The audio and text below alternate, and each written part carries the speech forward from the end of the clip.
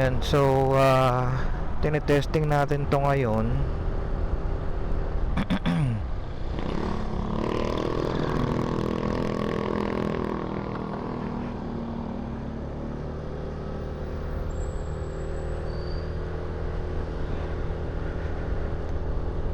So nagpalit tayo ng stock lens, no?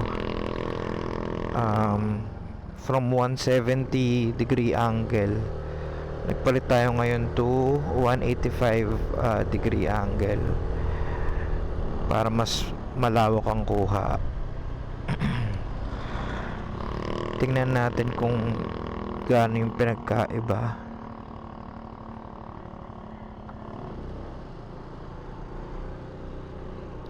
Meron ba siyang pinagkaiba sa mas maalog ba siya, or parang medyo fish eye ba yung itsura niya? So ito, pinupuntahan natin yung normal nating dinadaanan dati. So let's see kung okay siya. Sana mas maganda para sa mga next na natin, mas maganda na yung footage. Medyo kabado lang ako, hindi ko alam kung tama. Kita ba natin na maayos si kuya? Hindi natin alam kung mas malabo ba siya or what. Pero yan, sana mas okay, para hindi natin pinagsisihan. Kasi grabe ginawa ko dito.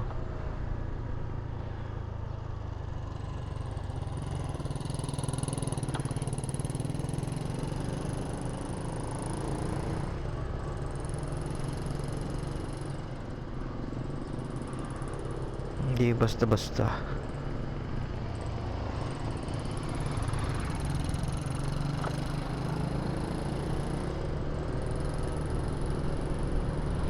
So ayan, siguro okay na hanggang dito. Tapos U-turn tayo. Hindi, sige, ano na lang natin.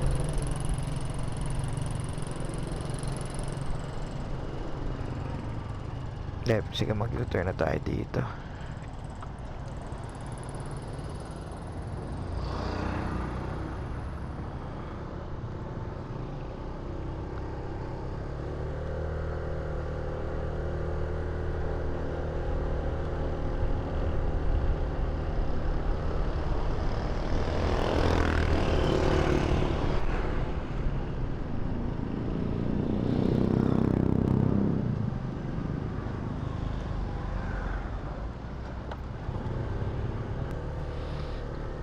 So sa clip na to, wala na ako mapagkumparahang video.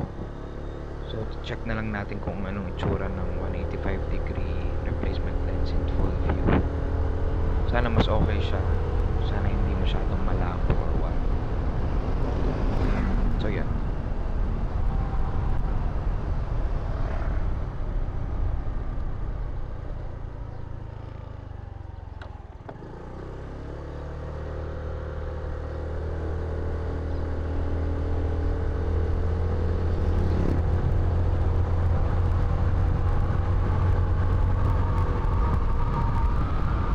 Kita kaya yung mga mukha nila? Sana.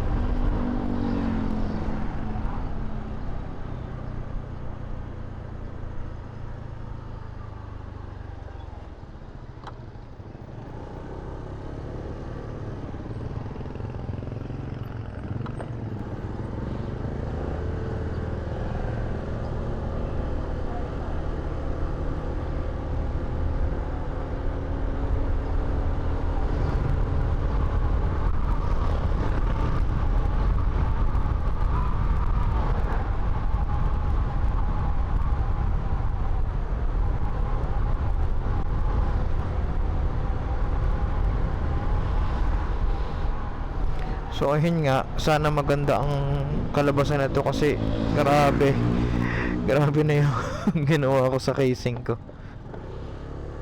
Grabe na yung ginawa ko sa casing ko, kasi mas malaki yung lens na to. So medyo niliha ko talaga yung bilog, yung parang pasukan niya ng lens. para lang magkasya to. So there's no turning back.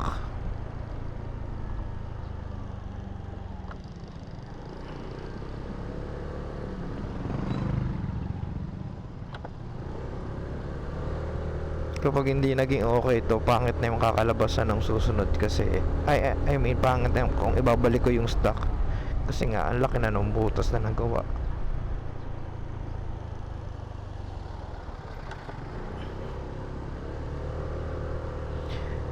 So ayan, good luck. Sana nababasa yung mga yan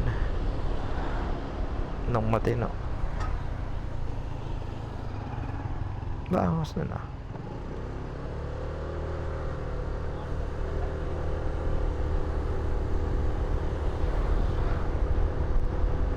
Baangas yun ah.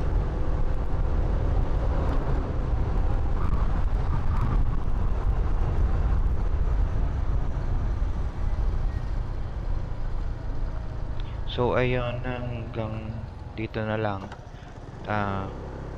Kayo na bahalang comment down na lang kung anong napansin nyo, kung mas gusto nyo ba yung linaw ng 170 degrees o yung 185. So ayun, salamat sa panonood.